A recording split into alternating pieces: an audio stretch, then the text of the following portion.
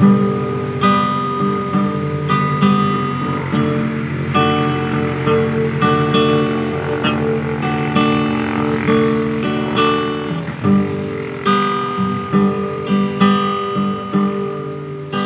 Jesus nagsugo sa iyang mga tinunan,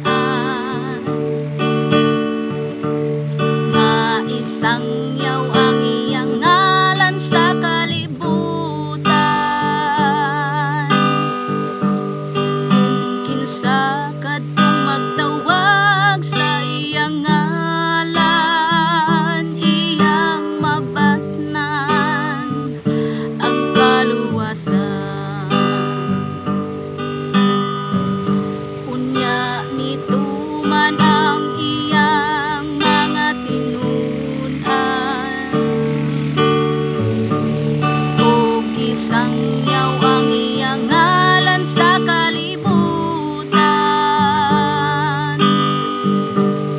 Ang mituog ang sala gibasulan, kang Kristo ngalan sila gihugasan.